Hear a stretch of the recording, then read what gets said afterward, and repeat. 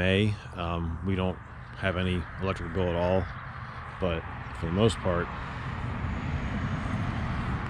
I would say that we usually still do.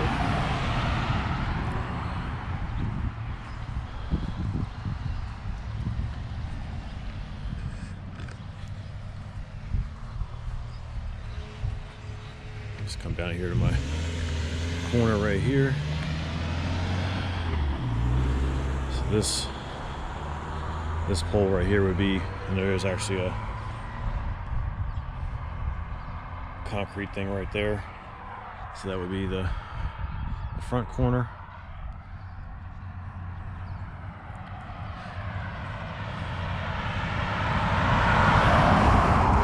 And this is a Maryland state route.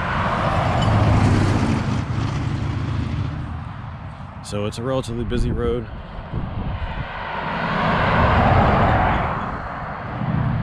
But it's not terrible. It could be a lot worse. It's at least good because it's always plowed really well when it does snow, so we can get out pretty easily.